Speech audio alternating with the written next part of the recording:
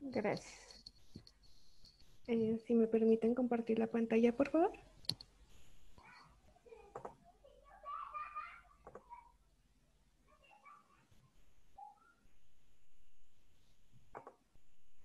Listo, doctora.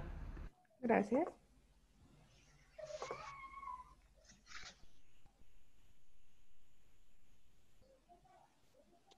Gracias. Hola, buenas tardes a todos. Bienvenidos a este último ciclo de conferencias. Les vamos a hablar acerca del tema COVID versus bronquitis y EPOC.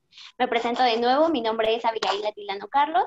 Soy pasante de la licenciatura en Enfermería y Obstetricia, egresada de la Escuela Nacional de Enfermería y Obstetricia, y en conjunto con mi compañera Guadalupe les vamos a hablar acerca de este tema. Bueno, antes que nada les vamos a ofrecer un panorama muy breve acerca de lo que es el COVID. ¿Qué es el COVID? Bueno, como todos sabemos, es una enfermedad infecciosa que es causada por el virus SARS-CoV-2. Va a producir síntomas similares a los de una gripe o un catarro.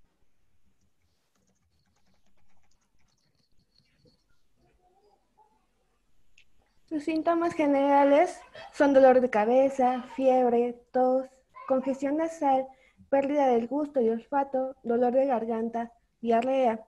Estos síntomas se pueden dividir en leves, moderados o graves. Leves como el dolor de cabeza, garganta, tos, el malestar general, que son los similares a los de la gripe. En moderados tenemos fiebre, pérdida del gusto y olfato, diarrea, conjuntivitis. En los graves está la dificultad para respirar y el hecho de que llega a dañar otros órganos. También hay que recordar que existen personas asintomáticas en esta afección. ¿Cómo se va a contraer esta enfermedad? Bueno, esta enfermedad se va a transmitir de una persona infectada a otra, a través de gotas de saliva expulsadas al toser o estornudar, al saludar de mano o beso y al tocar un objeto o superficie contaminada por el virus que ya les mencionamos, SARS-CoV-2. ¿Qué se debe de hacer? Si se tiene síntomas leves, debes quedarte en casa, aislarte y vigilar estos síntomas. Si eres una persona considerada de grupo vulnerable, como con una enfermedad cromoritante, menor de 5 años o mayor de 65, que presente dificultad para respirar, hay que buscar atención médica. No, ¿cómo podemos prevenir o evitar un contagio? Primero que nada va a ser no saludar de beso o mano y utilizar cubrebocas y o mascarilla. La higiene respiratoria también es muy importante. Hay que recordar que al toser o estornudar debemos hacerlo con el codo flexionado. Mantener una buena higiene de manos en todo momento, ya sea con agua y jabón o alcohol gel al 70%.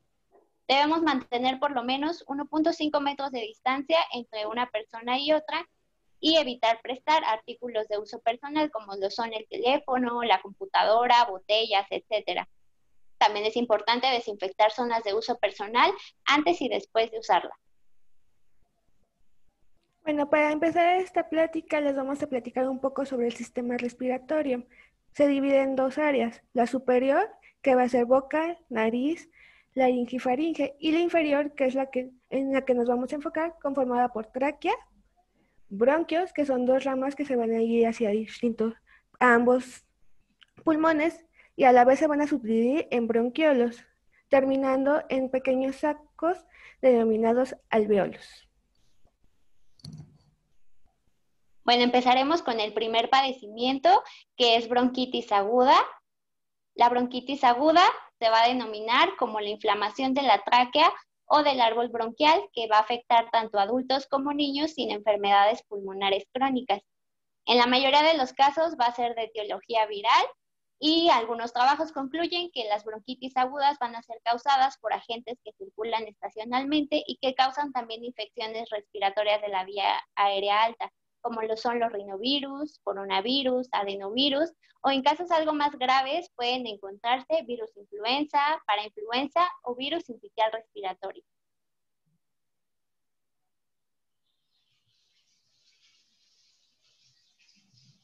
Hablando un poco de la epidemiología, en México las infecciones de vías respiratorias agudas, entre las que se incluye la bronquitis aguda, ocupan el primer lugar dentro de las primeras 10 causas de morbilidad nacional reportadas hasta el año 2015 por el Anuario de Morbilidad en la Dirección General de Epidemiología.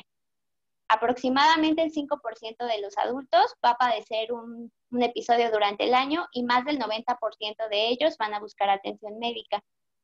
Dada que la etiología va a ser viral, en la mayor parte de los casos va a ocurrir con mayor frecuencia durante el otoño y el invierno, periodo en el cual la circulación viral es elevada. Y bueno, explicando un poco de la fisiopatología o etiología de esta enfermedad, vamos a tener que las manifestaciones de la infección van a ser el resultado directo del virus en las células del epitelio respiratorio y de la respuesta inmunitaria del huésped. Esto va a ser la persona afectada. En respuesta a esta infección se van a liberar diferentes citoquinas y otros mediadores de la inmunidad celular que regulan la respuesta local y van a ser la primera respuesta a la infección. ¿A qué nos referimos con citoquinas? Bueno, las citoquinas son pequeñas proteínas que van a controlar el crecimiento y la actividad de otras células del sistema inmunitario. Cuando estas se liberan, le envían una señal al sistema inmunitario para que se cumpla con su función. Una de las lesiones producidas por el virus en los bronquios va a ser el edema o la inflamación del epitelio bronquial y va a haber un aumento en la producción de moco con formación de tapones, dando lugar al estrechamiento de la vía aérea. Como lo pueden ver en la imagen, del lado izquierdo tenemos un bronquio sano, del lado derecho podemos ver un bronquio edematizado o inflamado debido a la respuesta que tiene el organismo por el virus, y también vemos un aumento en la secreción de moco. El cuadro clínico de la bronquitis aguda se va a caracterizar por un compromiso moderado de las vías aéreas superiores en los primeros días de la enfermedad. Va a existir una tos aguda, definida como tos que va a persistir menos de 3 semanas, va a empeorar a medida que la enfermedad progresa, va a ser productiva en aproximadamente el 50% de los casos. ¿A qué nos referimos con tos productiva? A que va a ser aquella en la que se va a arrojar moco, también llamado flema o esputo. Este esputo se va a presentar en el 48% de los pacientes. El cuadro también puede acompañarse de fiebre, pero esta va a tener una duración de menos de 3 días, va a haber malestar general y en ocasiones disnea de esfuerzo. Esto se refiere a la falta de aire al realizar algunas actividades que conlleven esfuerzo. En el examen físico nos podemos encontrar a la auscultación con sibilancias y estertores. Las sibilancias se deben a que los bronquios se estrechan debido a la inflamación y los estertores a la acumulación de mucosidad. Bueno, el diagnóstico. El diagnóstico de la bronquitis aguda va a ser siempre clínico y se va a realizar en el momento en el que el paciente va a ser evaluado en el examen físico. El objetivo principal en los pacientes con sospecha de bronquitis aguda va a ser descartar la presencia de neumonía. Nos podemos ayudar de algunas pruebas complementarias, como lo son la radiografía de tórax, el cultivo de esputo, técnicas de inmunofluorescencia o PCR. Estas no están recomendadas en individuos previamente sanos, pero sí tenemos algunas indicaciones. Por ejemplo, en algunos pacientes se indica la radiografía de tórax cuando tienen alguno de los siguientes criterios. Por ejemplo, alteración de los signos vitales, que tengan una frecuencia cardíaca mayor a 100 latidos por minuto, que tengan una frecuencia respiratoria mayor a 24 respiraciones por minuto o una temperatura mayor a 38 grados. Que tengan presencia de crepitantes a la auscultación respiratoria. Los crepitantes son ruidos que se van a generar a nivel alveolo, son de poca intensidad y se auscultan especialmente cuando el paciente inspira. Se van a parecer un poco al sonido que ocurre cuando frotamos un mechón de cabello cerca del oído. Así se escuchan los crepitantes. También se recomienda en pacientes mayores a 75 años que cursan con alteraciones del estado cognitivo y si tenemos una duración de tos de más de 20 días. Bueno, en el tratamiento tenemos que entre el 65 y 80% de los pacientes van a recibir un tratamiento antibiótico, a pesar de que la evidencia existe que en pocos casos son efectivos, ya que como sabemos en la mayoría de los casos son de etiología viral, entonces los antibióticos no nos funcionan. No se recomienda su uso rutinario, ya que aumenta solamente el riesgo de padecer efectos adversos relacionados con el fármaco y también probablemente nos aumente la prevalencia de microorganismos resistentes a los antibióticos. Se recomienda un tratamiento sintomático. Esto se refiere a tratar los síntomas que, como ya mencionamos, se recomiendan antitusígenos para la tos, antipiréticos en caso de que la persona presente fiebre y analgésicos para el malestar general. También se recomiendan los broncodilatadores. Los broncodilatadores lo que van a hacer es relajar los músculos que van a rodear las vías respiratorias y van a permitir que éstas se ensanchen y haya un mejor flujo de aire. Los corticoides también inhalados, estos se recetan si la tos persiste por más de 20 días, van a reducir la inflamación pulmonar y por lo tanto va a haber un mayor flujo de aire. Algunas recomendaciones de enfermería va a ser vigilar las constantes vitales, la saturación de oxígeno. Es importante que contemos con un pulsioxímetro en casa para poder medir esta saturación de oxígeno en el cuerpo. En caso de que no contemos con él, con que vigilemos la frecuencia respiratoria y la frecuencia cardíaca va a ser importante. También la temperatura corporal es un signo importante. Vigilar que no exista vigilar que no exista fiebre. También vamos a vigilar que nuestra vía aérea esté permeable. Esto debemos mantenerla limpia y libre de secreciones que puedan obstruir la oxigenación. También vamos a darle a conocer a la persona algunos datos de alarma, como por ejemplo la dificultad para respirar, que tenga fiebre mayor a 38 grados, cianosis, esto se refiere a la coloración azul, la somnolencia y la confusión. En el caso de que presente alguno de estos síntomas, debe acudir a revaloración con el fin de descartar alguna otra infección agregada. También le vamos a recomendar técnicas de respiración. Esto es la respiración profunda, que consiste en inspirar, mantener el aire y exhalarlo por la boca, al menos por 4 segundos. En 4 segundos inhalamos, mantenemos el aire durante 4 segundos y luego exhalamos en 4 segundos también. También se recomienda la respiración diafragmática abdominal. Aquí la persona debe estar sentada o acostada, colocar una de sus manos en su pecho y una en su abdomen, y al momento de la inspiración debe sentir como el abdomen y el pecho se elevan. Es una respiración muy favorable para estos pacientes. También se recomienda el reposo y la hidratación abundante.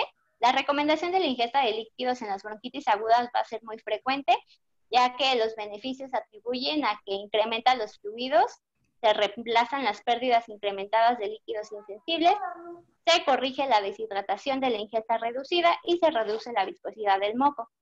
También evitar que la persona se exponga a irritantes ambientales como lo son el tabaco o gases tóxicos y por supuesto nuestro lavado de manos, que siempre debe ser muy importante.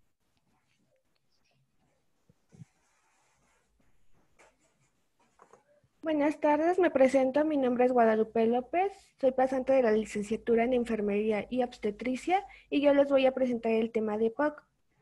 EPOC es la abreviación de enfermedad pulmonar obstructivo crónica. Esta enfermedad se caracteriza por síntomas respiratorios persistentes que limitan el flujo aéreo debido a anormalidades de la vía aérea o alveolar. Es una enfermedad prevenible y tratable, más no curable.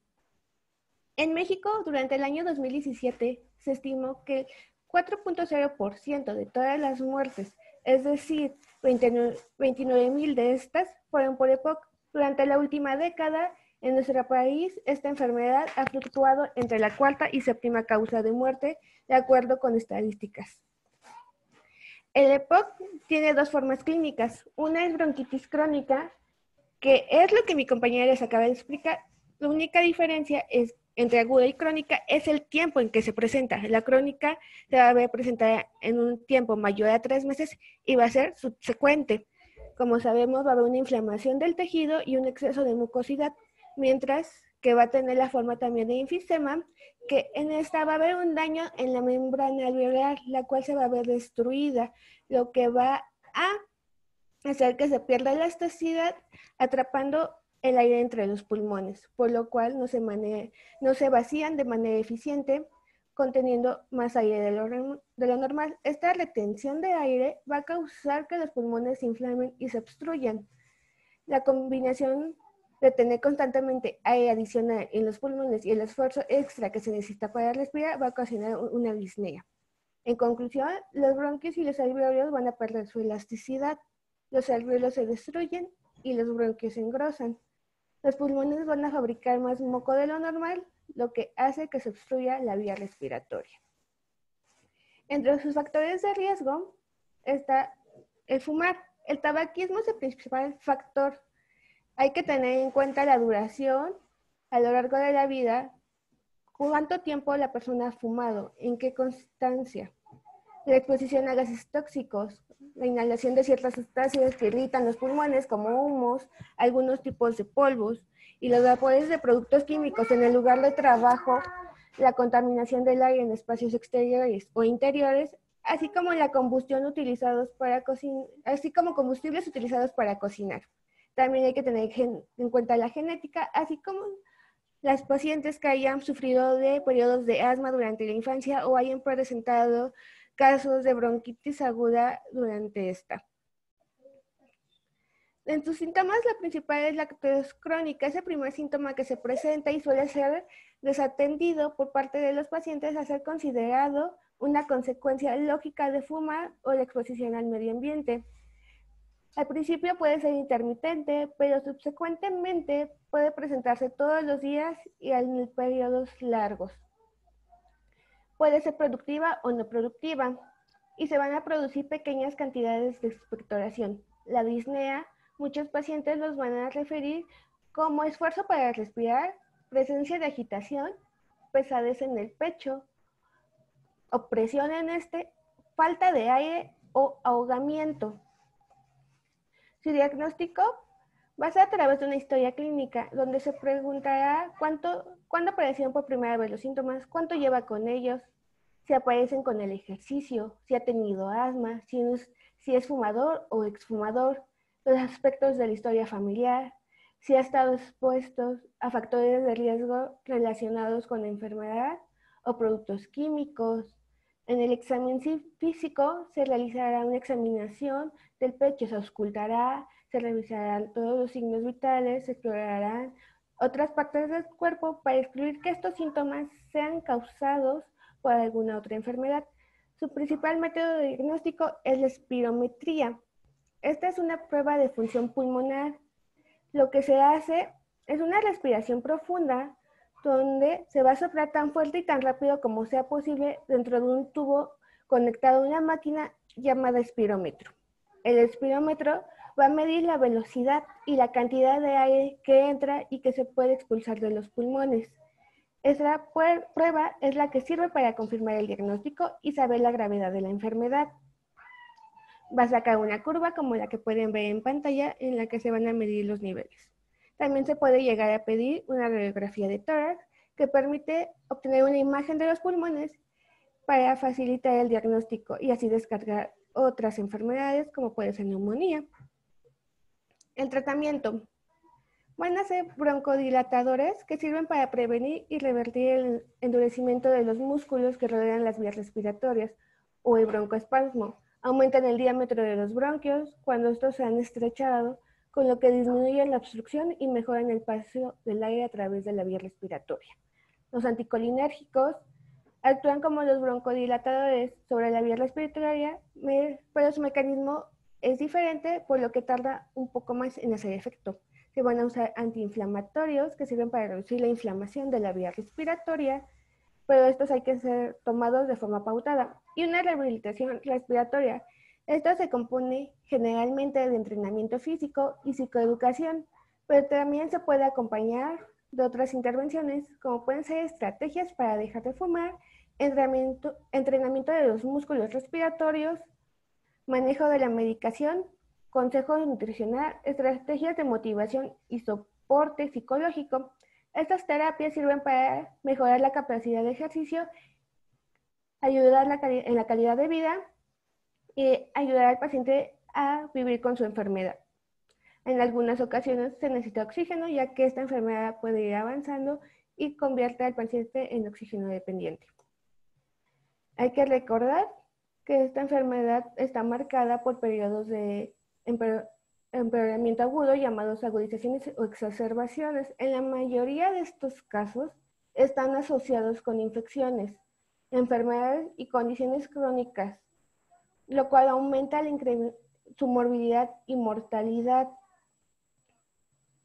Cada año el paciente con EPOC debe de tener la vacuna contra influenza, ya que como dije, si contrae alguna enfermedad puede provocar infección y esto aumentar su mortalidad. De igual manera, en los adultos mayores de 65 años se recomienda las vacunas contra neumococo. Bueno, algunas recomendaciones de enfermería serían observar si aumenta la intranquilidad, la ansiedad o la falta de aire. Vigilar la frecuencia, ritmo, profundidad y esfuerzo de las respiraciones. Ayudar al paciente a reconocer los signos y síntomas de fatiga que requieran la disminución de actividad, ya que reconocer estos síntomas le ayudan en prevenir esta disnea. Instruir sobre ejercicios adecuados, enseñar al paciente a reconocer características distintivas de los medicamentos, su propósito y acción de cada uno de estos, y su dieta, principalmente en pacientes que padezcan sobrepeso, ya que este sobrepeso aumenta la presión sobre el pecho, dificultando aún más la disnea. Bueno, por mi parte eso es todo. Vamos a mostrarles una tabla que representa las características definitorias de cada una de esas enfermedades. Bueno, como sabemos, nuestro principal objetivo en esta conferencia era brindarles las diferencias que existen entre COVID, bronquitis y EPOC. El agente que causa el padecimiento de COVID va a ser el virus, conocido como SARS-CoV-2. En la bronquitis vamos a tener diferentes tipos, como son los rinovirus, coronavirus, adenovirus, virus influenza, parainfluenza y virus sincitial respiratorio. En el EPOC, el agente causal principalmente van a ser los factores de riesgo, que son fumar, la exposición a gases tóxicos o inclusive la genética. El tiempo de duración del padecimiento COVID puede ser variable. Esto va a depender de los síntomas que manifestemos, ya sean leves, graves o moderados. En la bronquitis va a ser aguda, no va a tener una duración mayor a 3 semanas. Y en el EPOC, pues el tiempo que dura es crónico. Como dijo mi compañera Guadalupe, existe tratamiento, pero ya no existe una cura. El órgano que afecta principalmente COVID tiene predilección por el pulmón, pero también puede afectar otros órganos. La bronquitis solamente ataca a la tráquea, a los bronquios y bronquiolos. El órgano que ataca el EPOC solamente va a ser el pulmón, bronquios y alvéolos. Los síntomas que vamos a tener en COVID va a ser tos, fiebre, congestión nasal, dolor de cabeza, pérdida del gusto o del olfato, dolor de garganta y diarrea. En la bronquitis también vamos a tener la tos, que va a ser persistente, con o sin expectoración. Va a haber fiebre, pero esta no va a tener una duración mayor a 3 días. Va a haber disnea de esfuerzo, presencia de sibilancias y estertores a la auscultación de los pulmones. En el EPOC solamente vamos a tener la tos, la expectoración y la disnea de esfuerzo. Por nuestra parte eso es todo. Muchas gracias. Agradecemos a la Facultad de Derecho por permitirnos este espacio. Y bueno, también... perdóname. Les recordamos que el Servicio Médico y de Enfermería de la Facultad de Derecho continúa brindando asesorías médicas a distancia. Si requieren comunicarse o cualquier tipo de guía o acompañamiento en temas de salud, se pueden comunicar con nosotros. Les podemos enviar una liga Zoom para hacer una videoconferencia y así tener mayor se me fue la palabra, disculpen. Mayor contacto con ustedes. Pueden escribirnos a nuestra dirección de correo electrónico, que es serviciomedicoderecho@gmail.com o serviciomedico@derecho.unam.mx. Nuestros horarios de atención son lunes y martes de 15 a 19 horas y de miércoles a viernes de 10 de la mañana a 2 de la tarde. Muchas gracias, licenciadas, enfermeras, por su brillante disertación. Y vamos a abrir un espacio de dudas, preguntas y sobre todo un conversatorio que va a conducir el doctor Abel Delgado Fernández. Y pues creo que de la exposición surgirán diversas dudas y ojalá que podamos despejarlas con sus conocimientos y los de toda nuestra audiencia. Entonces, pues queda abierto el espacio para que quien tenga alguna duda, algún comentario. Estoy viendo aquí en Facebook hay varias preguntas y también en Zoom. Tenemos una audiencia aproximadamente de 80 personas están viendo por Facebook esta conferencia. Entonces está abierto el espacio para que cualquier inquietud, cualquier duda, hemos escuchado muchas cosas en los medios, en las redes sociales sobre el COVID, que pues nos tiene a todos en cuarentena y al pendiente de nuestra salud. Y quiero decirles que este ciclo de conferencias se enmarca en la política institucional del rector Enrique Graue y de los directores de todas las escuelas, facultades e institutos y centros que conforman nuestra universidad, preocupados todos por el bienestar de sus respectivas comunidades y de toda nuestra alma mater al pendiente y atenta de la salud de todos los estudiantes, trabajadores y profesores. Entonces, a nombre del director de la Facultad de Derecho, del doctor Raúl Contreras Bustamantes, pues abrimos este espacio de conversación y de intercambio de ideas para que cualquier inquietud podamos intentar despejarlas. Adelante, por favor, doctor Abel Delgado o quienes deseen participar. Muchas gracias, doctor Víctor Hugo. Bueno, yo tengo aquí algunas preguntas. Mientras se animan nuestros escuchas a sus preguntas, déjenme comentar que primero resaltar este programa que tiene una visión muy diferente a cualquier asesoría de enfermería, de odontología, de derecho, etcétera, porque hay toda una integración y los puntos de vista que se viertan tienen que tratar de abarcar el asunto más holístico que una simple interpretación de una pregunta. Creo que un concepto universal de toda la gente que atiende este asunto de la salud es que no hay enfermedades, hay enfermos. Entonces los conceptos que virtieron mis colegas seguramente están llenos de preguntas por lo corto del tiempo, lo del asunto de cómo nos estamos vinculando, pero este concepto es para todos. Hay pacientes, no son enfermedades, porque hay en el armamento terapéutico de los problemas respiratorios, y hay otro concepto que mencionaron mis colegas, agudos y crónicos, se tiene que personalizar a cada uno, ¿no?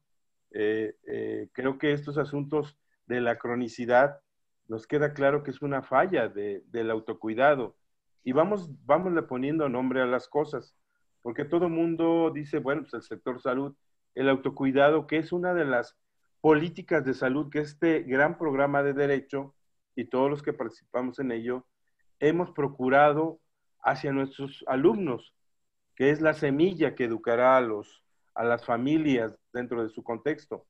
Y con respecto particularmente a esta brutal pandemia, no tengo otro concepto para una cosa así. Yo, de mi práctica médica, me dedico a la terapia intensiva de recién nacidos y pediátricos, particularmente de recién nacidos.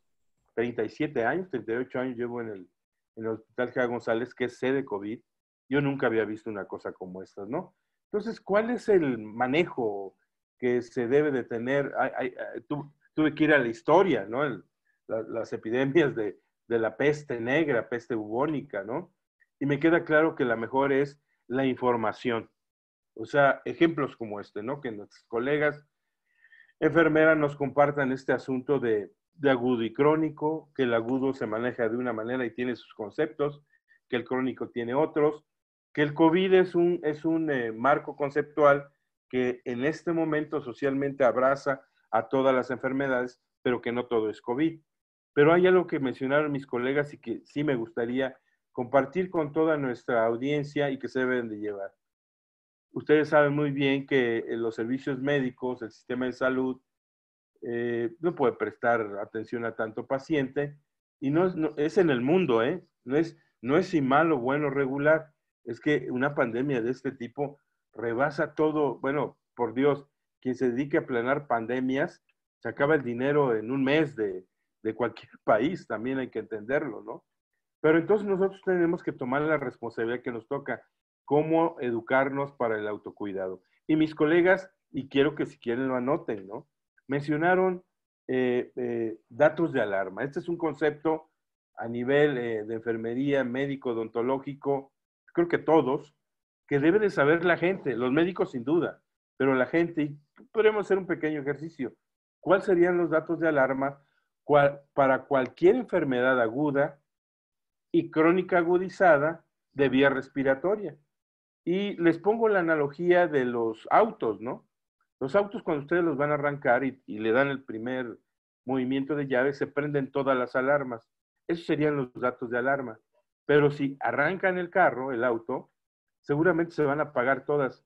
Pero hay de ustedes si se quedan prendidas algunas, sobre todo la del aceite, ¿verdad? Porque su carro va a fallecer. Pues es parecidísimo los humanos, y se los menciono para vía respiratoria. Si alguien está usando músculos respiratorios, toda su fisiología que se mide por la espirometría, toda la fisiología está usando músculos que no usaba, está el cognitivo, está todo lo que da de miedo, ansiedad, ¿sí?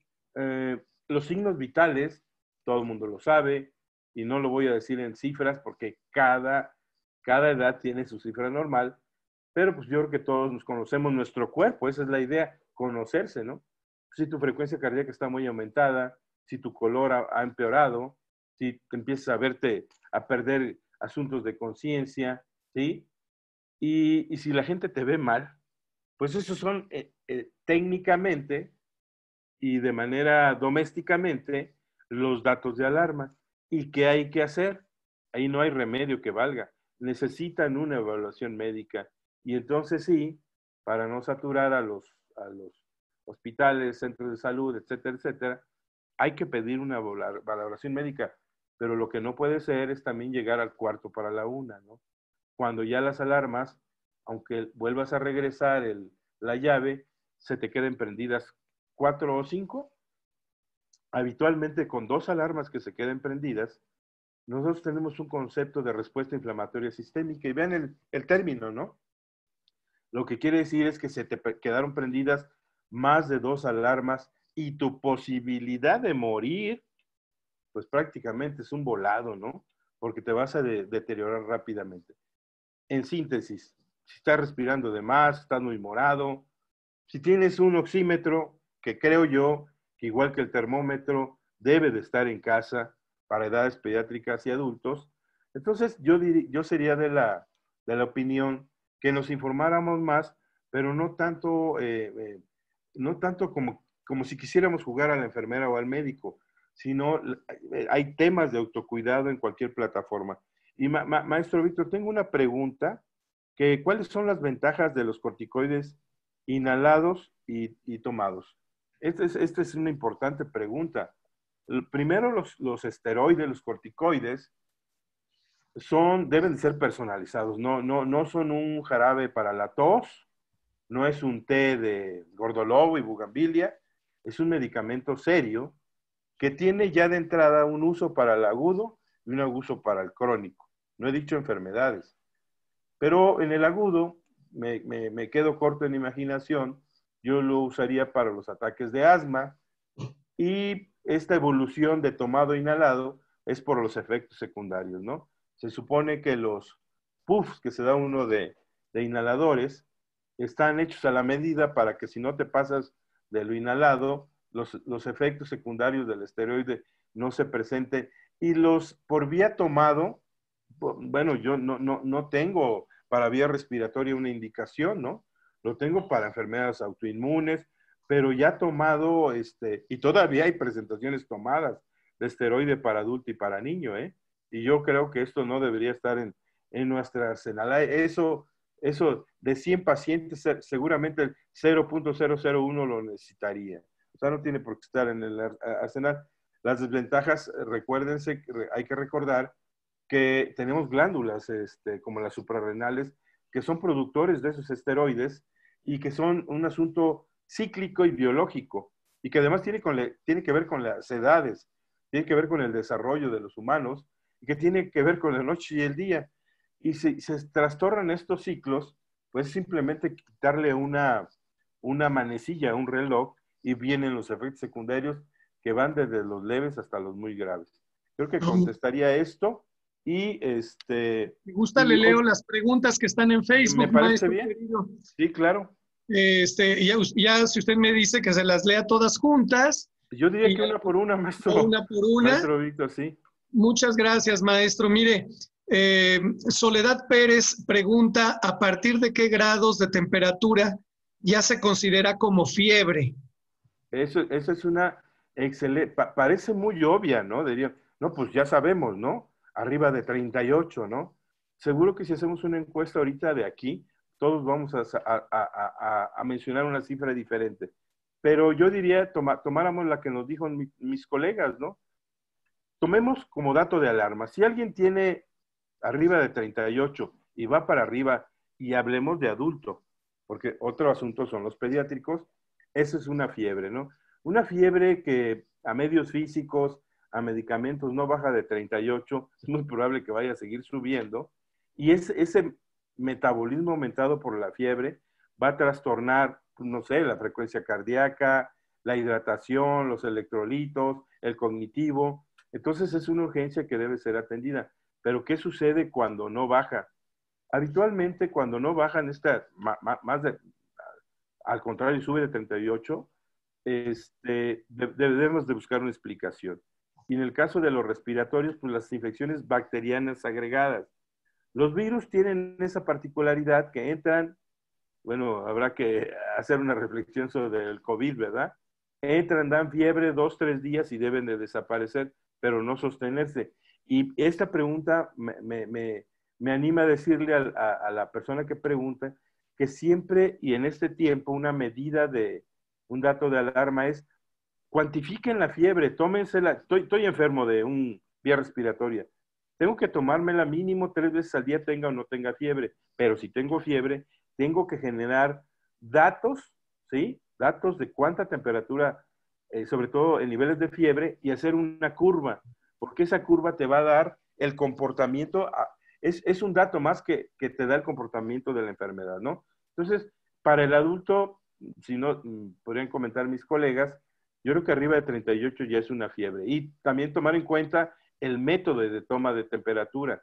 No es lo mismo, un termómetro es muy pediátrico, el mercurial, que los termómetros electrónicos de ahora, ¿no? Entonces, ¿qué se hace para estandarizar estos asuntos en tu casa, ¿no?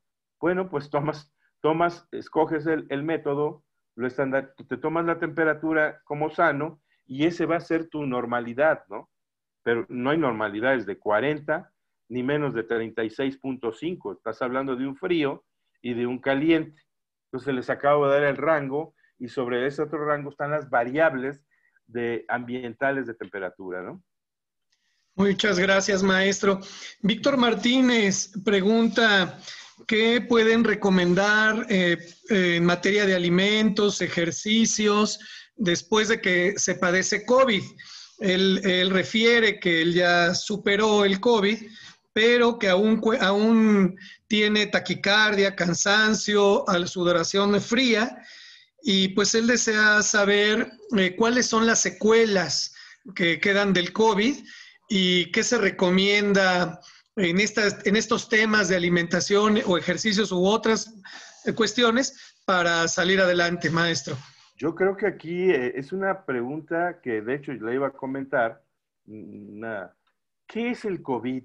¿Qué representa para las enfermeras, para los médicos y para los que lo padecen, ¿no? Pues yo creo que la persona que nos pregunta exactamente no va a opinar que es un catarrito, ¿no?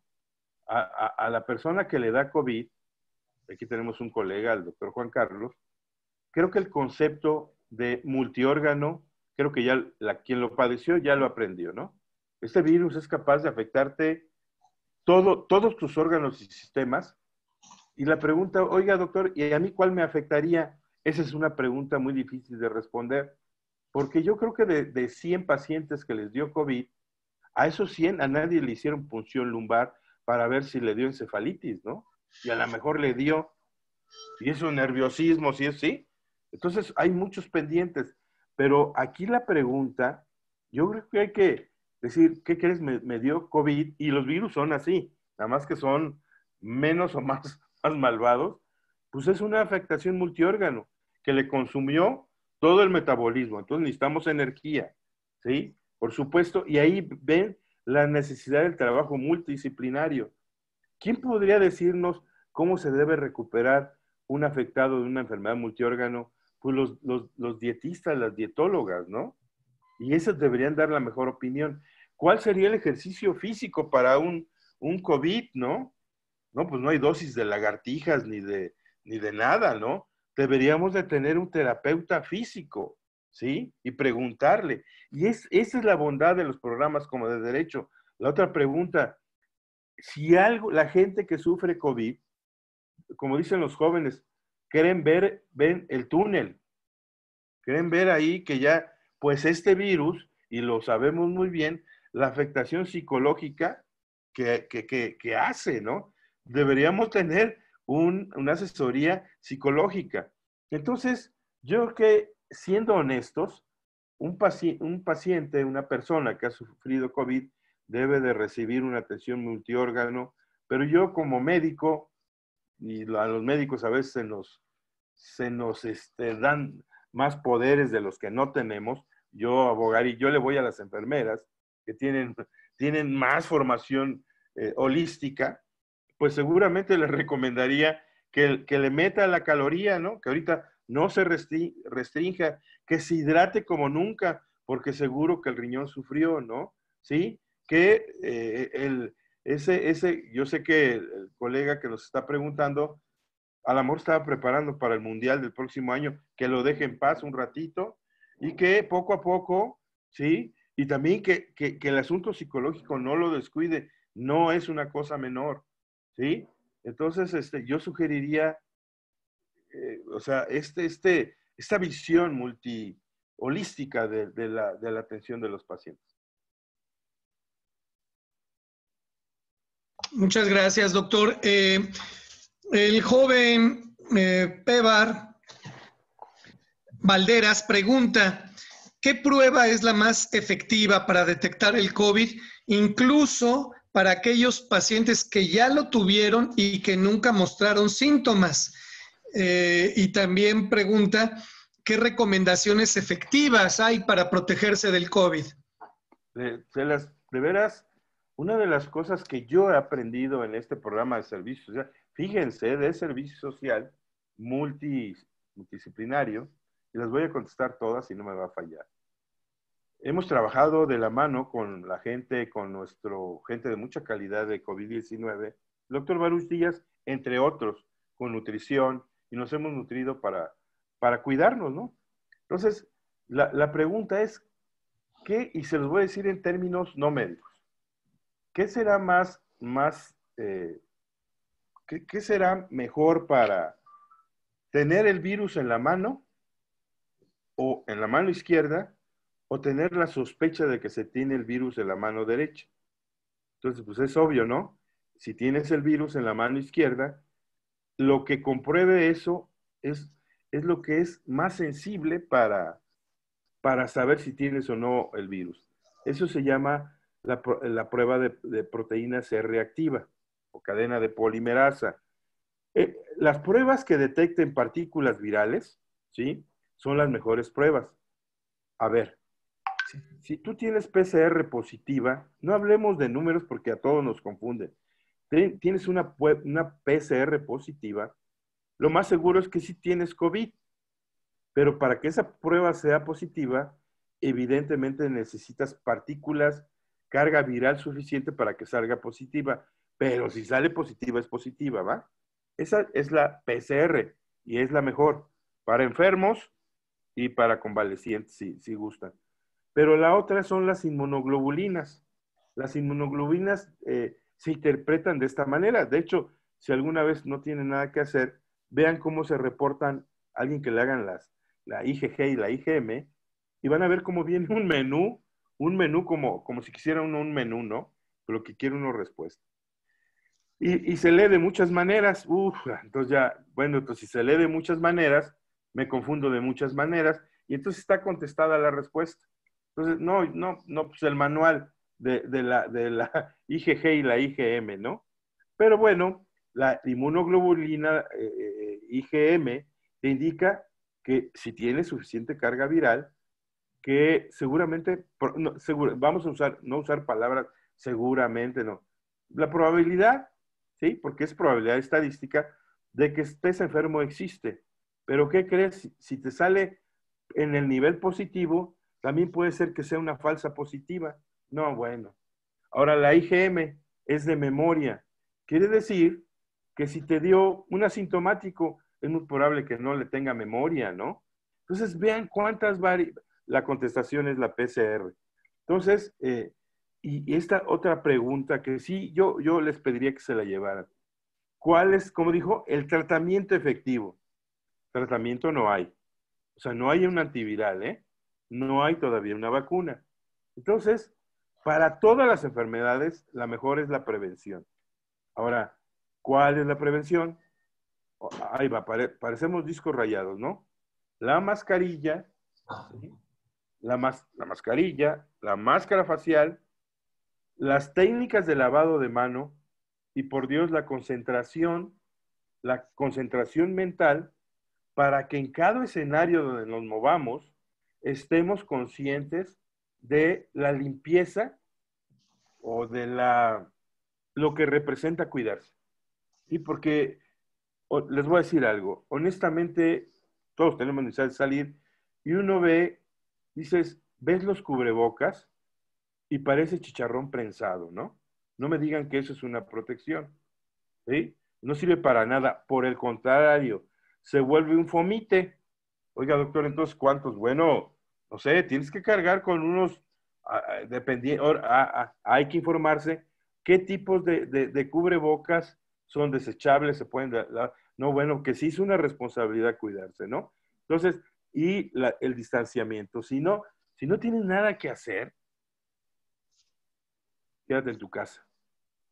Es mejor estar en la casa aburridos, hartos, que no te aguanten ni tú aguantes, a estar bien animados o con un asunto de fe, afuera de las terapias intensivas, pidiéndole a Dios que esté vivo tu familiar, o al revés, que tu familiar esté implorando a que tú estés vivo. Hasta ahí vamos. Y si me preguntan, esto es frustrante, más frustrante es estar muerto, y estar enfermo. Pero les voy a decir algo, y lo hemos comentado en este grupo, ya falta poco. No es un asunto, un speech comercial. Si ya aguantamos todo este año, yo siento, le estoy diciendo, va mi vida lo que estoy diciendo, que muy pronto yo no veo el tratamiento, pero sí la vacuna. Pero ahí les va una cosa pero las medidas de higiene, de higiene como las que tenemos en COVID, nunca, ojalá aprendamos eso, nunca se deben de olvidar, porque hay otros virus, el de la influenza, ¿sí? Y hay otros que van a aparecer, que el remedio va a ser el mismo, ¿va? Sí, sí, maestro. Gracias, maestro. Mire, Alex Ayala, Anita Hernández y también Topacio, Víctor Martínez preguntan, ¿qué opina sobre el peróxido de hidrógeno? ¿Qué opina sobre el dióxido de cloro, si se puede tomar? Y también, ¿cuál es su opinión sobre el factor de transferencia? Sí, miren, yo les voy a para no ni siquiera generar una discusión, porque esto no se discute. Lo que hacemos los médicos, como docentes, como facilitadores y médicos que atendemos pacientes COVID, nosotros no somos investigadores tampoco, somos consumidores de investigación en este contexto de la mejor evidencia.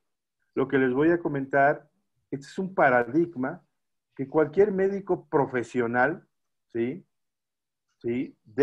Cuando opina, debe de llenarse de material bibliográfico, producto de la investigación, ¿sí? Y en este marco conceptual de la mejor evidencia.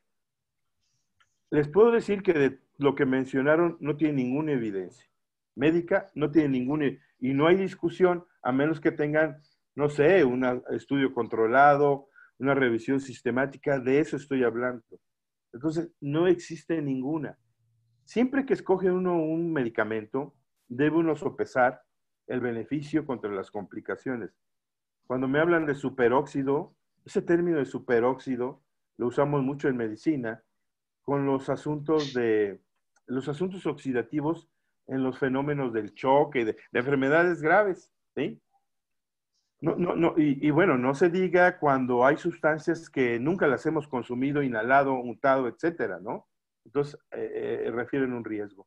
Yo no conozco, y los invito, entren en la Organización Mundial de la Salud y viene todo un listado de las preguntas más frecuentes. De hecho, estamos elaborando un curso COVID, se llama así, curso a distancia COVID-19 para los médicos pasantes, pero no puede ser una receta de cocina, sino tiene que ser permanentemente estar tomando material didáctico para que mis colegas pasantes atiendan a la comunidad y contesten preguntas que es razonable que las tengan. Pero yo diría que OPS, OMS, ¿sí? Y por supuesto a los estudiantes, el motor PubMed, ¿sí? Que tiene toda una metodología para búsqueda de mejor evidencia, de la biblioteca Cochrane, se lleguen y recuperen información y escuchen esto, que tiene que decir la mejor evidencia o tiene que decir lo que dice la biblioteca Cochrane, que son unas brutales búsquedas en el mundo de lo que hay, no hay, perdón, pero no hay más, y entonces tengan la certeza que la información que tienen es correcta y en la mejor evidencia médica. Y esto que me preguntan, lo contesto muy rápido. No tienen ninguna evidencia médica de tener buen resultado. Estoy haciendo a un lado, con mucho respeto, los asuntos de fe, ¿eh? Cuando se tiene fe, eso es otra cosa, eso no, la gente debe de tener fe, por supuesto, ¿sí? Pero lo que no puede, aquí en medicina, pues no a cualquier santo tiene uno que doblar la cabeza, ¿no? O sea, hay cosas de respeto y la tele está llena de desinformación, tristemente tengo que decirlo, y de estos asuntos políticos que jalan para allá y para acá, donde creo que el interés por las personas que tiene este grupo multidisciplinario es prioritario. Sí, maestro. Muchas gracias, maestro. Citlali Ricoy comenta que hay pacientes que se realizaron sus estudios de COVID-PCR y que sus resultados fueron positivos, pero no presentan ningún síntoma. Eso. ¿A qué se debe este caso? Y Topacio Herros menciona que ella tuvo COVID, pero que le quedó secuelas de fibrosis pulmonar. Si puede hacer algún comentario. Por supuesto, y retomo otra vez, no hay enfermedades, hay personas. Le pongo el ejemplo de mis colegas enfermeras que compartieron cómo ese dibujo de los bronquios inflamados agudo y crónico, imagínense la brutalidad de la inflamación multisistémica de un COVID-19, que genéticamente, en alguna parte, los humanos y todos los seres vivos tenemos genes protectores, y hay quien no los tenga, ¿eh? Les voy a poner un ejemplo que parece increíble. Ustedes saben que los bebés se ponen amarillos todos en los primeros días, pero algunos niños se dañan del cerebro por ese pigmento amarillo. Pero algunos tienen genes protectores para ese pigmento biliar. Lo mismo pasa en estos casos, ¿eh? Un gordito. Lo que se tiene ahí en el abdomen, esa grasa, eso es inflamación, es precursor de citoquinas, como comentaron mis colegas. Estás permanentemente inflamado. Ahora agrégale el COVID, no, pues por Dios que te va a ir peor. Pero, otra vez, hay pacientes, no hay enfermedades. Y esto que hayas quedado fibrosado de tus pulmones, pues esta es una afectación que no debemos caer en la desesperanza, ¿no? Sino mis colegas mencionaron, y quiero tomarlo como pretexto, ¿cuáles son las mejores medidas para una rehabilitación de fisioterapia, rehabilitación, tratamiento agudo, tratamiento crónico, a mí me parece, y es historia de los enfermos de vías respiratorias de los hospitales agudos y crónicos, que los medios físicos son fenomenales, ¿no? ¿Y qué es un medio físico? Pues yo quiero ver qué moco va a aguantar estarse nebulizando agua hervida día y noche. Finalmente, esas flemas, ese moco que comentaban mis colegas, tienen que volverse tan blandito que con esta alteración anatomofisiológica que tienen los EPOCs y todos los crónicos y los agudos también, se arregla mucho con la terapia, con el agua inhalada, y yo no soy muy partícipe de los antitusígenos, que hasta yo entiendo, si no tienes tos, vas a morir atascado de mocos. Entonces, ¿qué hago, doctor? Pues facilite lo que tengas de tos. ¿Por qué no se lo facilitas? Como toma un montón de agua, aunque no estés yendo mucho al baño, y inhala todo el tiempo vapor de agua.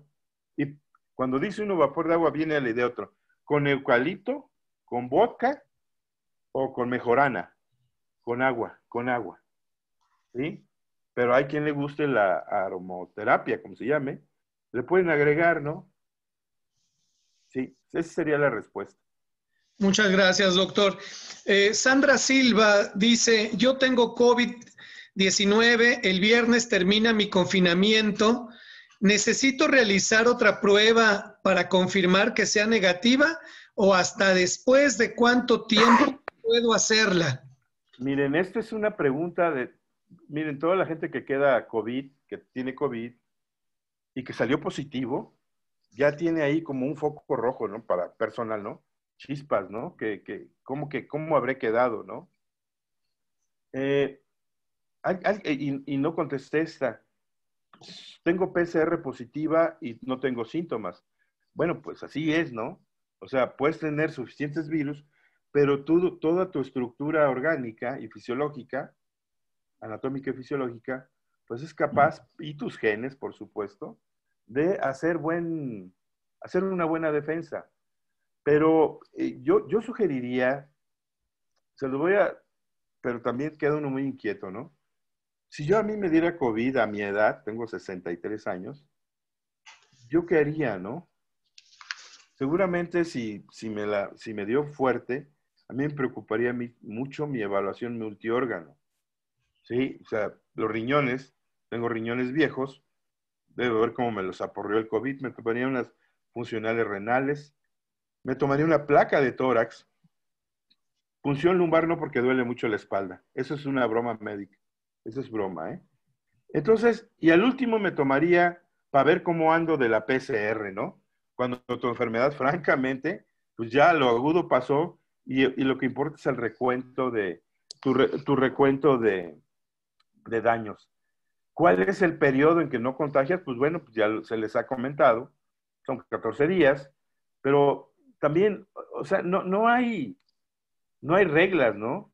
Yo he visto gente que lleva 2 meses respirando con tanque de oxígeno, pero no estamos hablando del virus, que sigue el virus, sino que lo que comentaba uno de nuestros colegas que preguntaron, yo quedé con fibrosis. Oh, pues ese tiene que tener una atención personalizada, multidisciplinaria, ¿sí? Y ya no es no infecta, ¿no? O sea, las medidas tienen que quedar igual, porque vayan ustedes a saber, y eso es toda una duda de incertidumbre. Oiga, ¿y me podrá dar otra vez el COVID? Pues yo no lo sé, yo creo que no, pero sí te puede dar un neumococo, si te dejó todo amolado de tu inmunidad, ¿no? Te puede dar cualquier otro virus, ¿sí? Entonces, la conclusión es, me tengo que seguir cuidando más todavía, más porque tuviste un evento espectacular de una viremia con afectación multiórgano, con una gran respuesta inflamatoria sistémica. O sea, cuando ustedes se golpean, sangran, se inflaman y cicatrizan. Ese es el ejemplo para explicar la inflamación sistémica así, en grandote. Nada más que, pues todo se inflama y todo cicatriza, ¿no? Si no cicatrizara, el humano muere. Sí. Muchas gracias. Anita Hernández dice, los que son asintomáticos y nunca se dan cuenta que tuvieron o tienen COVID, ¿cómo repercute en su salud? Igual, ¿no? Yo pondría de ejemplo un asintomático, estos son ejemplos de veras, ¿eh?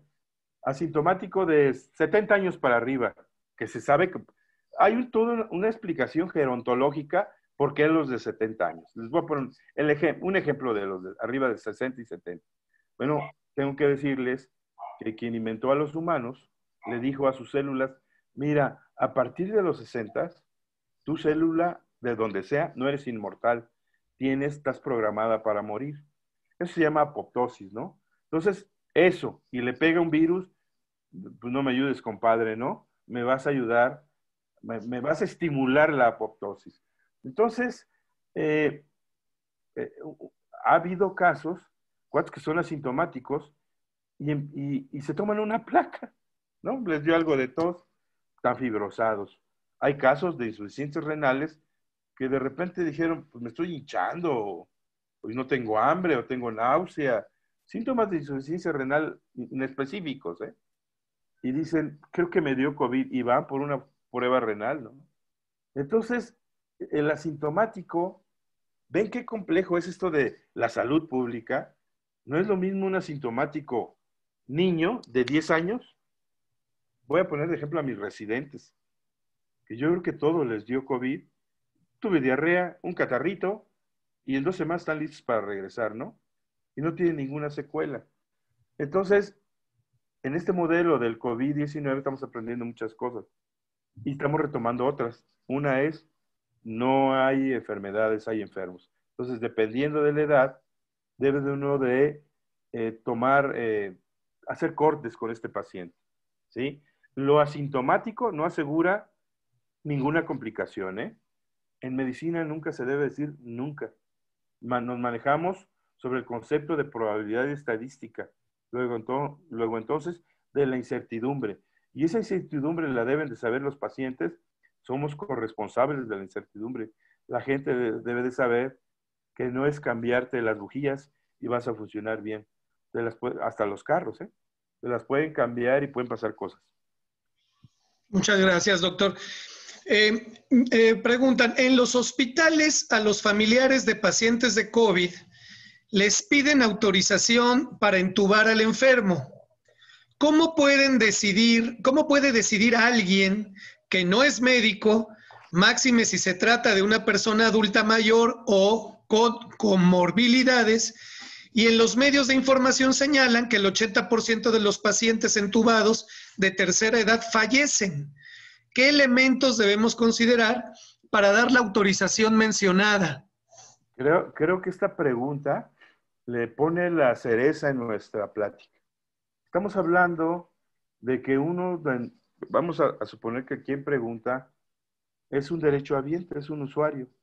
Y esa es una pregunta muy justa. Es todo. En la medicina y en todas las cosas, la obligación del médico es explicar y en español, ¿eh? Es como los abogados, doctor Víctor, ¿eh?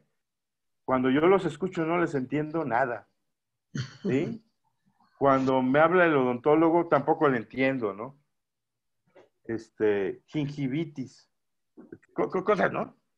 Entonces, ¿cómo tomar la decisión si no estoy bien informado? No, pues no se puede. Entonces, la obligación de los médicos es informar perfectamente, a ver, pero una información no religiosa, laica, porque hay un problema con todos los seres vivos, y los médicos somos seres vivos. Tenemos una carga muy, muy religiosa.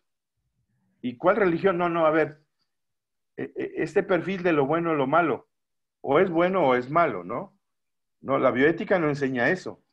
La bioética te enseña que tú tienes que informar de la manera más clara, ¿sí? Con los intereses del paciente y de sus familiares. Y ese es un arte y es parte de la formación de los médicos.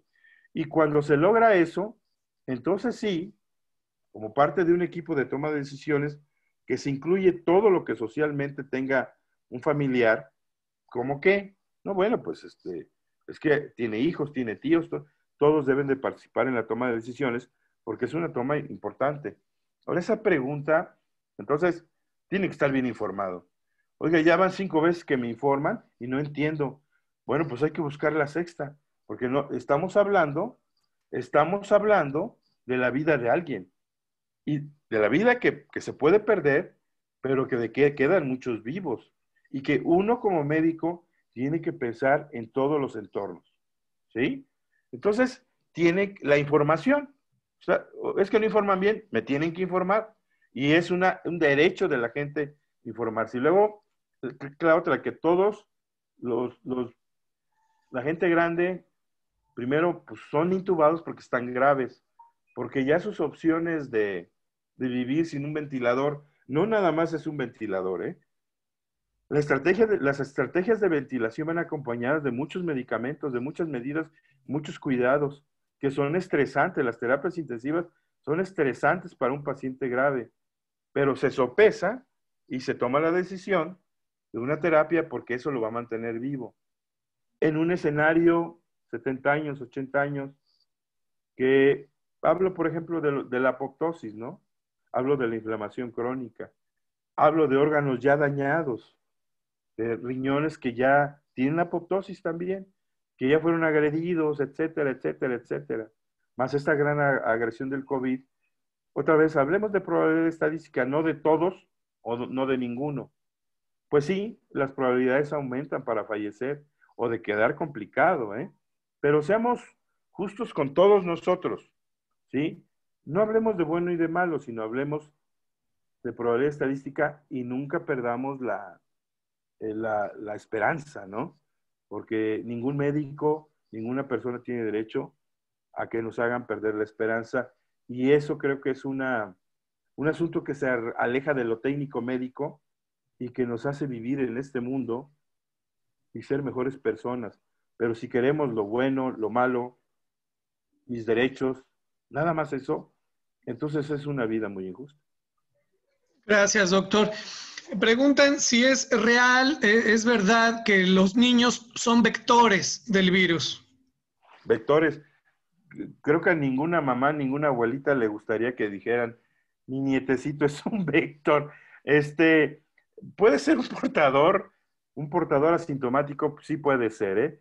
A los únicos, estoy hablando de hace unas semanas, donde yo no he visto publicaciones y he tenido foros internacionales, sobre todo la gente que investiga mucho, los norteamericanos y ingleses. El recién nacido no, aunque tenga una madre con COVID. A ver, si la mamá le escurren todas las secreciones y lo llena de moquitos al bebé, pues dale y dale, pues se va a contagiar. Los niños sí son muy, muy portadores asintomáticos, pero sí hay niños con COVID y yo creo que hay que tenerles el mismo respeto. A ver, esto es en serio el COVID-19. Entonces, tampoco es para que estemos viendo por atrás, ¿no? Todos debemos de usar la protección, porque la estadística puede estar muy pobre, ¿no? Fíjate que de todos los niños solo contagian el 0. Estoy inventando. Pero si a ti te toca el 0.001, ese va a ser tu 100%. Y si tu 100% te lleva a la muerte, pues es tu 100%. Pero además, contagiaste a tu familia, entonces ya no es el 100%, es un drama. ¿Y cuál es la manera de evitar esto? La protección. Creer que todo, ahorita, alejémonos, y habrá manera de acercarnos, protejámonos, y el lavado de manos, por Dios. Este lavado de manos, siempre está uno ahí jeringando de, lávatelas. Es un problema en los hospitales, las autoridades se compran galones y galones de jabones, las señoritas enfermeras son las más disciplinadas. Las enfermeras de neonatos no las aguanto. Lávese las manos. Esto ya agarró aquí y son las grandes maestras de la disciplina sanitaria en las unidades de terapia intensiva. Y crearse ese hábito no es nada fácil, es un asunto cultural. Ustedes saben, vayan a un tianguis y díganme la gente que está comiendo ahí, ¿cuántas veces se lavaron las manos? Y yo nunca he visto un baño para la gente de un tianguis. O sea que ya de ese tamaño, si los tianguis son culturales, entre otras cosas, para que nos lavemos las manos, no, por Dios, ¿no? Entonces, creo que con eso respondo esto. Muchas gracias, maestro. Pues ya parece ser que ya no hay más preguntas, pero hay muchas felicitaciones. Mónica Monroy. Ah, perdón, sí hay una pregunta, acaba de entrar, de Cintia Juárez Plata. Ella dice, soy fumadora y soy la única que sale. Mis cansancios a estas alturas ya es bastante. Mi madre tiene 80 y ella insiste en seguir haciendo lo de siempre. Y es médico de la UNAM. ¿Qué hago? Yo no sé si la pregunta es por lo de médico de la UNAM o qué hago. Y dice, y ahorita se quiere ir al tianguis. Todo le agrega. Miren, esa es una excelente pregunta. Todo lo que sea obligar a la gente, punitivo, bueno, caramba, ¿no? Nadie lo aguanta. En este foro, en este programa de servicio social, y lo hemos, de hace 2 meses para acá, hemos platicado si estar fustigando a la gente, quédate en casa, sí, doctor, ¿y usted me va a dar de comer? Yo también creo que el confinamiento, lo que está pasando, no es porque el virus ahora llegó de Júpiter, el otro era de Marte. Lo que está pasando es lo que estamos comentando, reflexionando. La gente deja de creer en muchas cosas porque es normal no creer en lo malo, ¿no? Me va a pasar.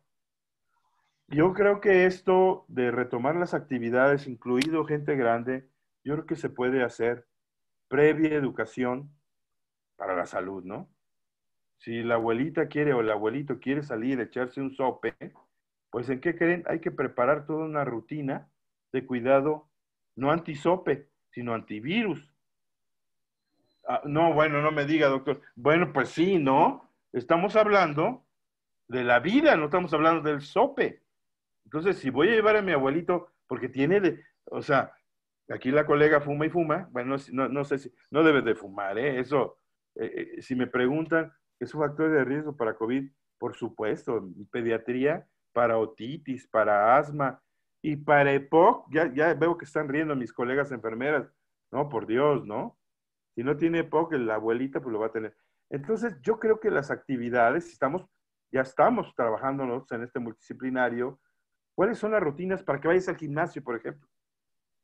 No, pues ya no puedes andar luciendo tus conejotes ahí en todo el gimnasio. Debe de haber una rutina diferente, ¿sí? Si vas a la escuela, vamos a suponer que a alguien se le ocurre, por supuesto que hay que ir a la escuela, ¿sí? Nada más que, ¿qué creen? Debe de haber toda una capacitación para que no pase lo que está pasando ahorita. Porque si me preguntan ahorita y todo el mundo se queja, no, pues otra vez está subiendo. Pues está subiendo porque están fallando las medidas que hemos comentado y que es la mejor evidencia. Ya parezco a López Gatell, ¿verdad? No, es que es cierto, yo estoy en un COVID y está lleno otra vez el hospital, ¿no? ¿Qué pasó?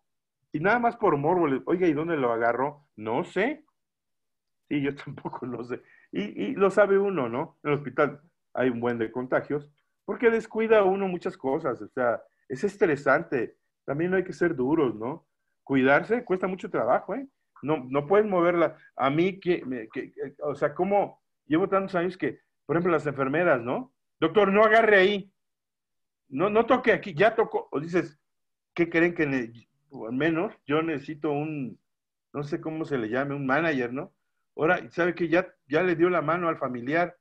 Ahora dices, diablos, qué complicado. Acabas agotadísimo por respirar dentro de las máscaras.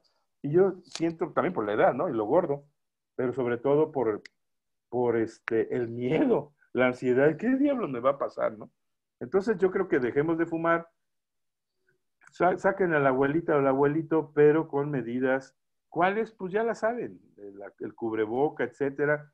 Llévense su galoncito, bueno, no es mucho, un frasquito de alcohol, cuiden las manos a todos, sitúenlo, porque pobre, pues, si no lo han sacado en un año, Dios, ¿no? Claro.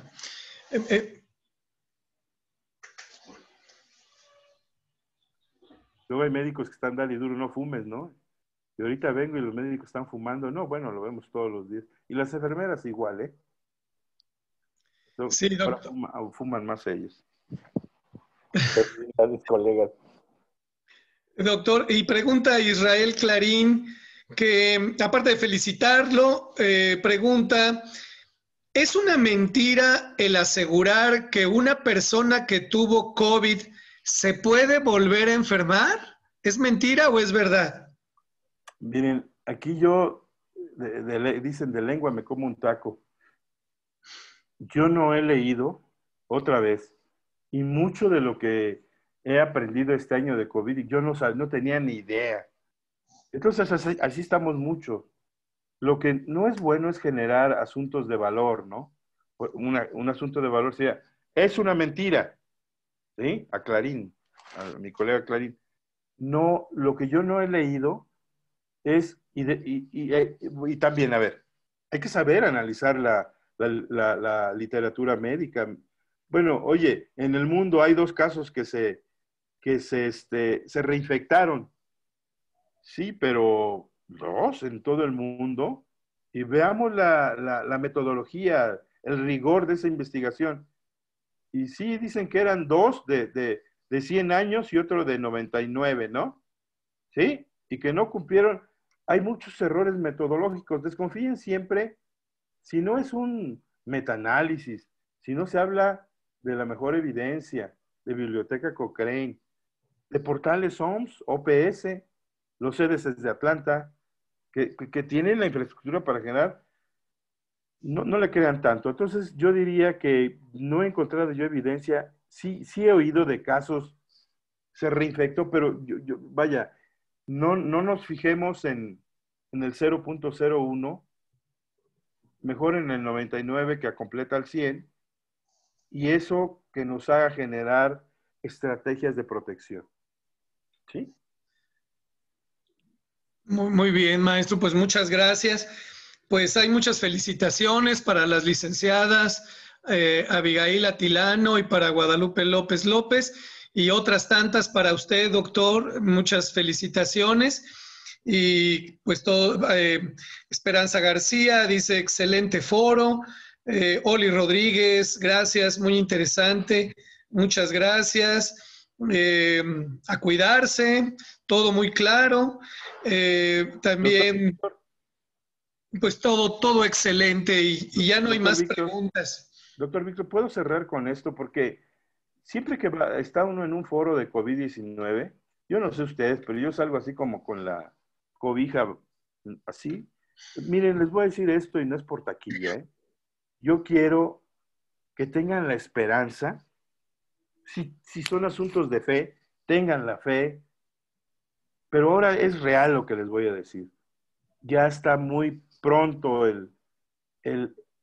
la mejor espectacular de este problema que estamos viviendo. Animémonos todos, ¿sí? Yo creo, además, si me falla en eso va la vida, nosotros tenemos que estar en los hospitales, seguramente vamos a ser los primeros vacunados, y ya se habla de que enero, febrero vamos a ser vacunados. O sea, ya estamos, ya estamos en Navidad, ¿va? Pensemos en ello, animémoslo. Puede ser también una etapa muy triste, pero animémonos con cosas que a ustedes sientan que los va a hacer felices. No ha sido un año feliz, ha sido un año triste. Yo tengo aquí a mi perrita a un lado, está feliz durmiendo, moviendo la cola cuando oye comida. Los humanos no somos así. Por eso lo del comentario del abuelito, ya sáquenlo bien protegido. Salgan, pero bien protegidos. Ya está pronto, ya vamos a terminar esta pesadilla. Anímense, sean tolerantes con todos y seamos mejores personas. Aprendamos de esto que no lo pedimos, no lo quisimos ni lo queremos, pero que a lo mejor es un momento de reflexión, de estas reflexiones universales, sin adicciones y sin drogas, ¿sí? Porque luego se echan unos viajesazos. No necesitamos más viajesazos más que COVID, de ser mejores personas y no faltarle respeto a la naturaleza, que desde mi punto de vista perdimos el rumbo en entendernos como parte de este hermoso planeta, por Dios, que es hermoso. Muchas gracias. Gracias, doctor. Pues nada más decirle que hay muchas felicitaciones. Dicen aquí que ojalá todos los médicos fueran como el doctor, de directo y coherentes. dice Pebar, y felicitaciones por estar al pendiente de la sociedad, dice Ángel White. Es muy importante en estos momentos contar con la confianza y certeza del personal que tiene el conocimiento. Bendiciones y sí, vamos a salir de esta situación, Dios mediante. Pues, Doctor Víctor, quería hacer nada más lo último. Sí, doctor. Siempre que uno es uno el último y es más hablador, siempre como que vienen, pero yo sí quisiera de veras, primero el reconocimiento a este programa de derecho, a nuestro señor director, a la gente de derecho. Yo nada más soy un repetidor de lo que he aprendido con mis colegas, odontología, psicología, derecho, facultad de artes y diseños, veterinaria, ciencias políticas, que es el servicio social de la Facultad de Medicina y de la UNAM, y no mencioné la ENEO. Y no la mencioné porque no necesito mencionarlo tanto. Mis colegas, yo siempre, perdón, les digo, las jefas, esa es una tradición muy de hospital, a mis colegas enfermeras, a la jefa Guadalupe, a la jefa Abigail. Quiero que entiendan la brillantez de estas jóvenes pasantes, que parece como si tuviéramos un foro de la OMS, ¿no? Entonces, cuando oigo a las colegas de cualquiera de nuestro multidisciplinario, no me cabe más que el orgullo por la universidad y su programa de servicio social universitario. Yo simplemente repito lo que me dieron pauta, una brillante una presentación de la jefa Abigail y de la jefa Guadalupe. Yo las felicito y el gran mérito de esta sesión son de ellas y de su hermosa escuela, la ENEO. Muchas gracias. No, gracias a usted, doctor. Y sí, en efecto, bien nos dice usted, ya estamos cerca de de ser vacunados. En los medios esta semana refirieron que en Oaxaca habían iniciado ya algunas pruebas aplicando los prototipos de las vacunas. Entonces, pues esperemos que así sea y que pronto tengamos esa herramienta para el bienestar de todos. Por último, Víctor Manuel Pérez Martínez le dice, doctor, en este momento tengo COVID y me cuidé demasiado. Mis pulmones me duelen mucho. Quien no ha pasado por esto no sabe de lo desesperante que es. Entonces, en fin, también gracias, Cintia Juárez Plata. Gracias, jefas Abigail y Guadalupe. Entonces, pues mujeres, nada más lindo que las mujeres. Y bueno, lo menciono porque en efecto, tanto los médicos como las enfermeras y los enfermeros, los técnicos que están trabajando en los hospitales, justamente con los aparatos estos de inhaloterapia o de intubación, pues son héroes, auténticos héroes. Entonces, nuestros respetos a todos ustedes que están en la línea de fuego, a todos los profesionales de la salud, desde los compañeros que trabajan en los hospitales de afanadores hasta los especialistas que están trabajando y que muchos ya han ofrendado sus vidas y su salud. Gracias a todos ustedes, héroes auténticos de México y del mundo. Muchas gracias, doctor. Y pues si ya no hay más comentarios, pues vamos a proceder a cerrar a la clausura de este ciclo de conferencias. En nombre del doctor Raúl Contreras Bustamante, les agradezco a todos su participación y quisiera pedirle a la maestra María Elodia Robles Sotomayor nos diga unas últimas palabras para clausurar este evento, maestra, si es tan amable.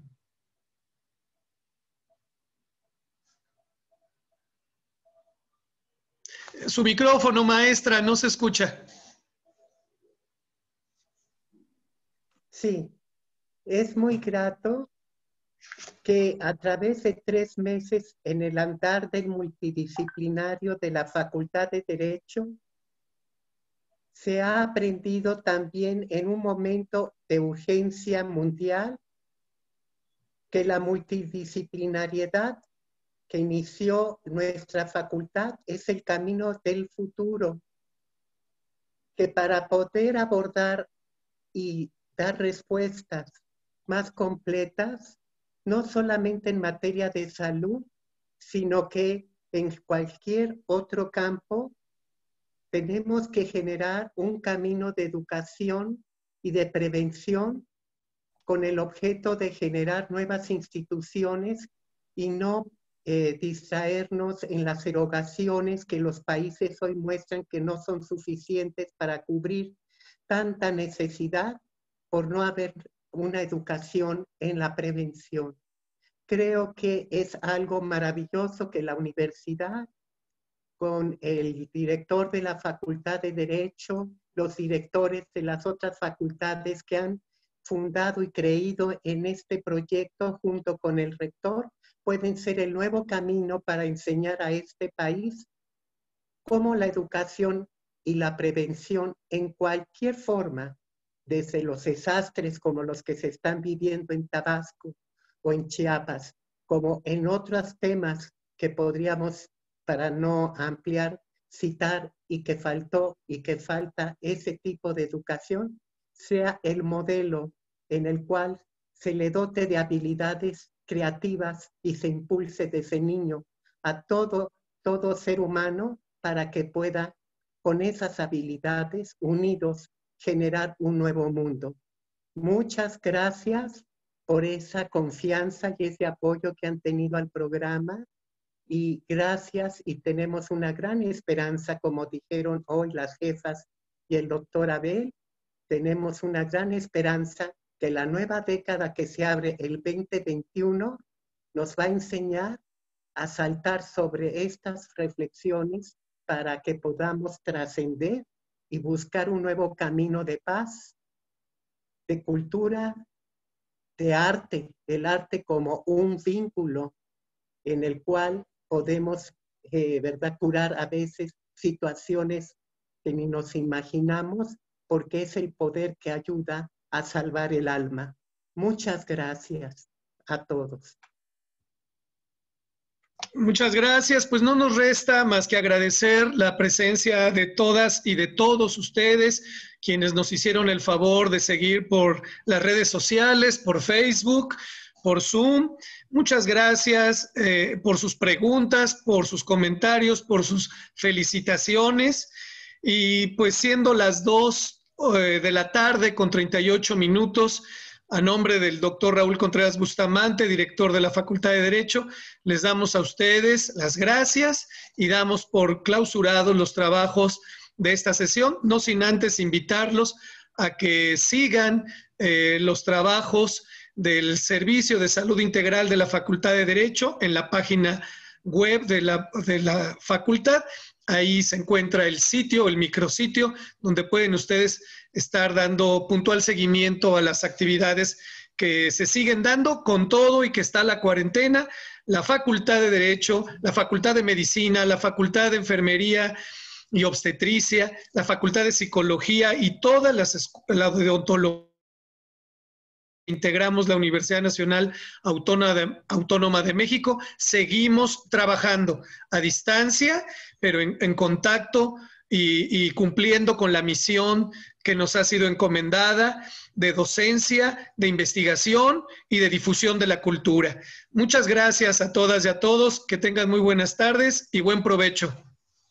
Muchas gracias. Gracias a todos, gracias.